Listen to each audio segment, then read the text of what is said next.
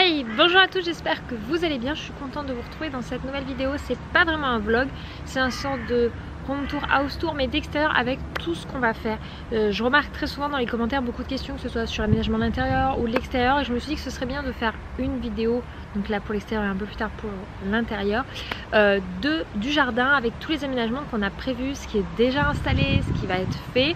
Et puis il y aura d'autres petites vidéos au fur et à mesure des avancées qu'on fait dans l'extérieur, voir si entre ce qu'on dit aujourd'hui et ce qui sera dans un an, parce que du coup tout va se dérouler jusqu'à l'été prochain à peu près au niveau aménagement extérieur, puisque c'est pas la priorité. Là on a fait des aménagements pour cet été, il va y en avoir encore d'ici la fin de cet été, et après cet hiver ça risque d'être en stand-by pour reprendre au printemps prochain, puisqu'après on va se centrer uniquement sur l'intérieur. Donc c'est parti. Alors je vais commencer avec cette partie là qui est celle que vous voyez le plus souvent de l'extérieur. Alors je risque de la filmer ainsi, je m'en excuse, c'est un petit peu comme un vlog mais un petit peu plus précis en termes de sujet.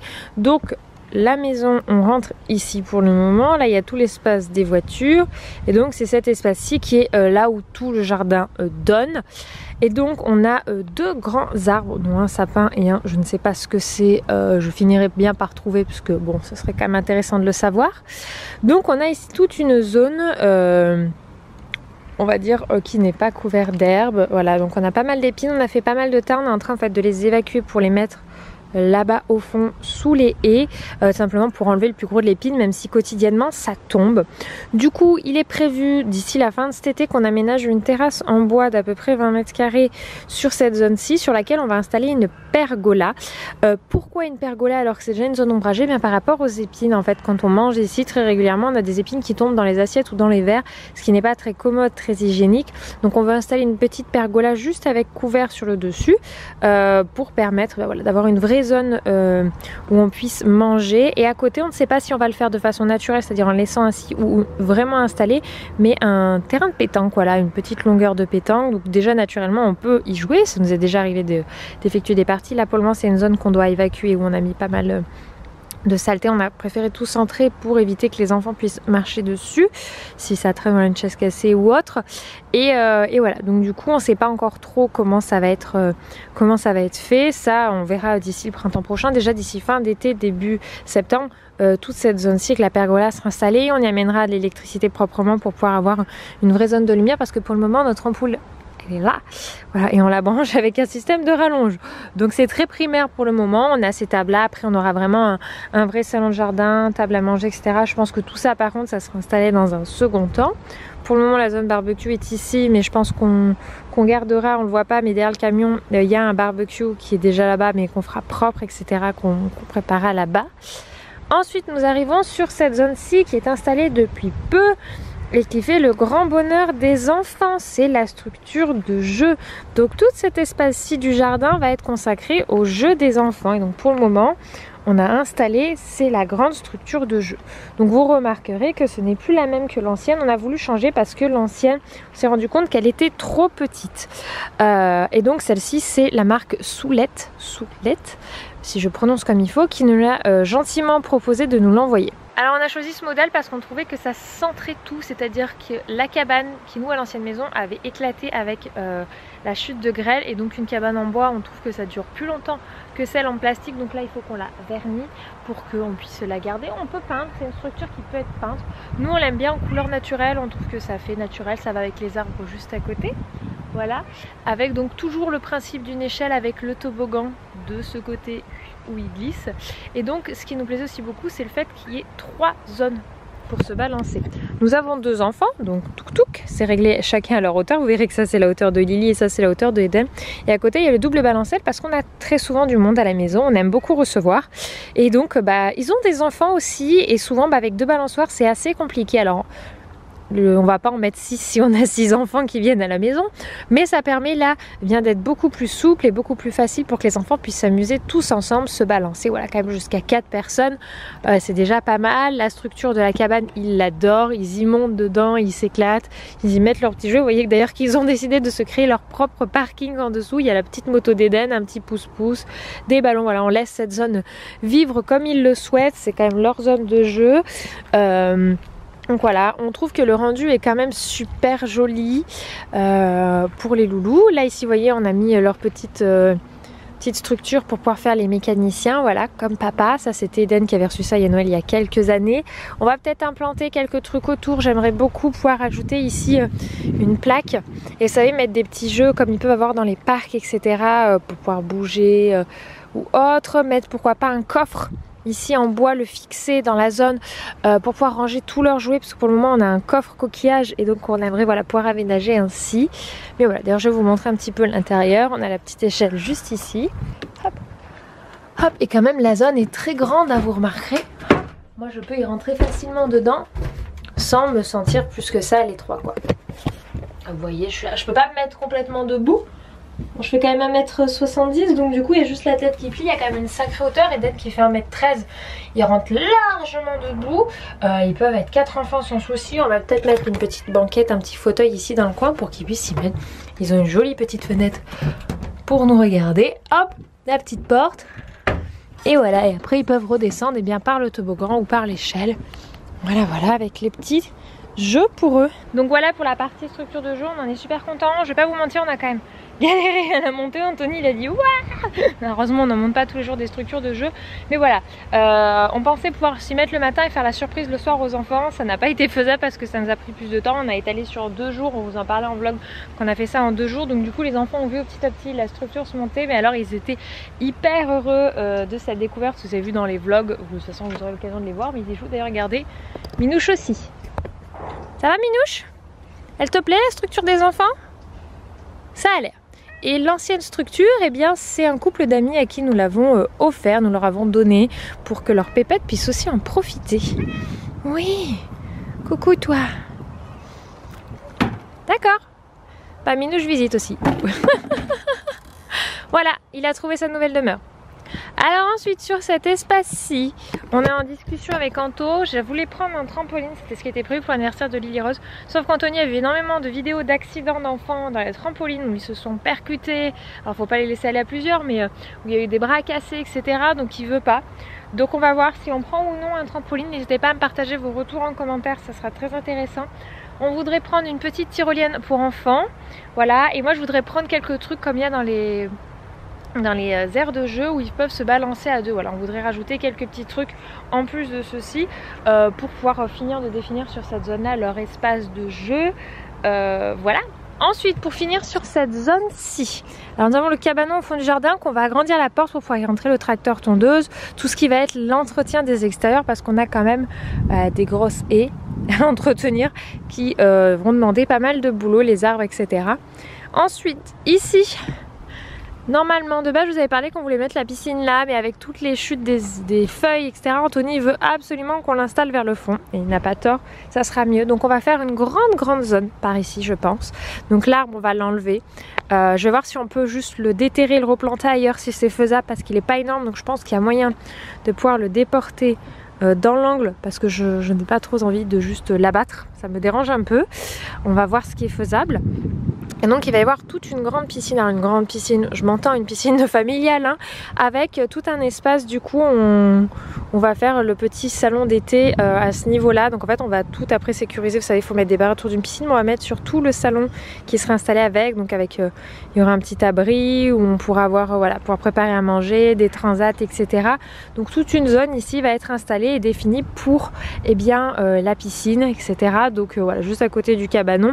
Ici c'est une zone en fait où il n'y a pas trop de feuilles qui tombent, etc. Le soleil est là toute la journée du lever au coucher, donc c'est la zone la plus adaptée pour pouvoir accueillir notre piscine, puisque nous avons beau être dans une zone nature donc non constructible, nous avons l'autorisation de construire une piscine. Donc après il faut demander autorisation, etc. Il y a des choses à faire pour mettre en place une piscine, zone nature ou non, mais en tout cas nous en avons la possibilité, donc c'est ce qu'on fera.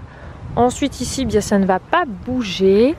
Et donc après, bien, il y a toute cette partie-là de la maison, je vous montre rarement dans ce sens-ci, qui va être aménagée, donc je vais vous expliquer ce qu'on va faire.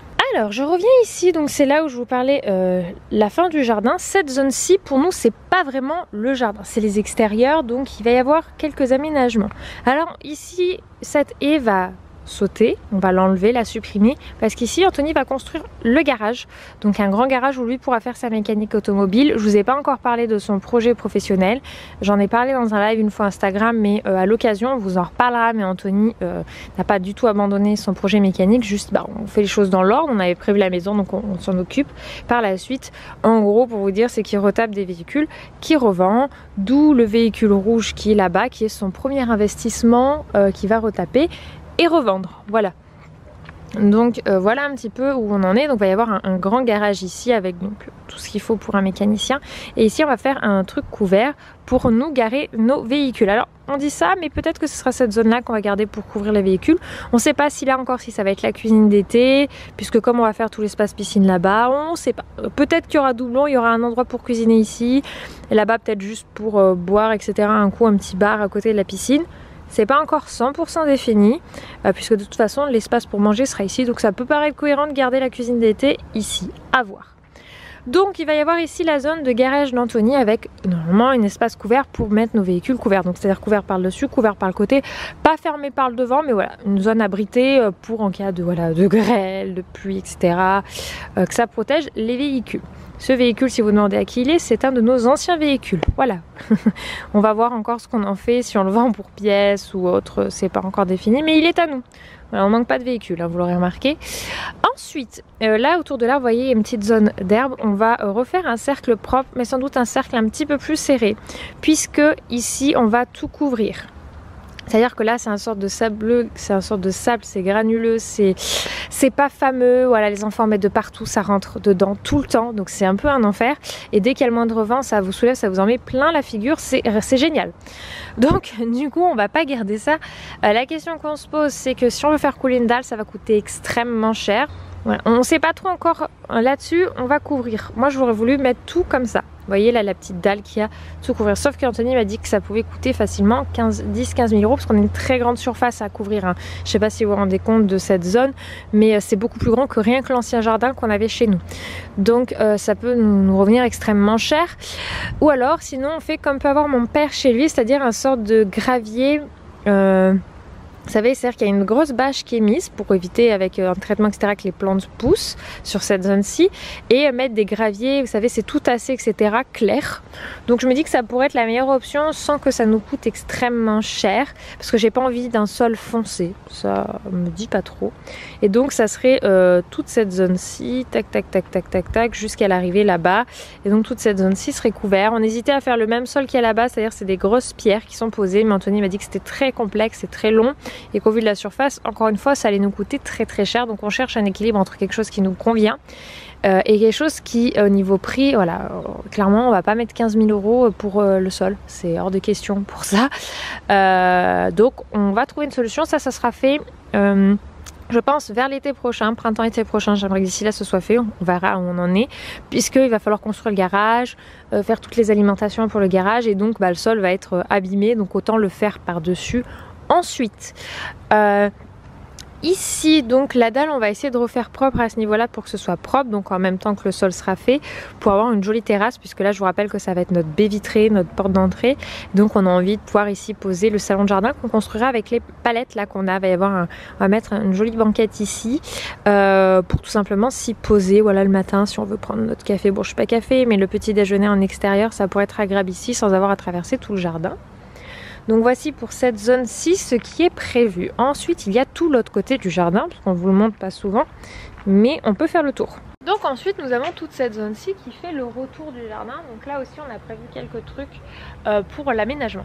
Alors ici, c'est une zone que, pour être clair, on ne va pas utiliser. Voilà, vraiment, on verra. Peut-être qu'on mettra aussi un petit truc d'appoint pour grignoter un petit bout. Suivant les chaleurs, ce sera peut-être un côté agréable.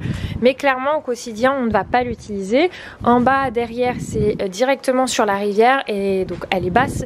Mais pour nous, on considère cette zone comme une zone dangereuse. Vous voyez qu'il y a plein des trucs de chantier, etc. Donc c'est une zone qu'on veut clôturer, c'est-à-dire qu'à partir d'ici la fin de la terrasse, on va mettre ici un système comme là de grillage avec un petit portique fermé à clé pour que les enfants n'y accèdent pas, et on va bloquer par l'arbre là-bas derrière de l'autre côté du jardin, ils peuvent y accéder. On va aussi condamner pour qu'on ne puisse plus passer que par la porte. Cette zone-ci, on va mettre quelque chose de nécessaire pour que les herbes ne poussent plus, donc un truc anti-germinatif, etc. Et on va sans doute remettre des palissades beaucoup plus solides, donc en bois je pense, on va voir. Bien planté parce que vous voyez il y a des zones comme ici où on peut se glisser et donc où si un de mes enfants souhaite peut clairement venir s'y glisser. Pour moi c'est hyper dangereux, voilà, après ils peuvent dégringoler, aller en bas et ça c'est hors de question. Donc du coup cette zone-ci va être condamnée, voilà, entre guillemets, c'est à dire qu'elle va nous servir à pas grand chose. Et ici il y a une petite cave, je vous en avais parlé dans une des tours de la maison qu'on vous avait fait.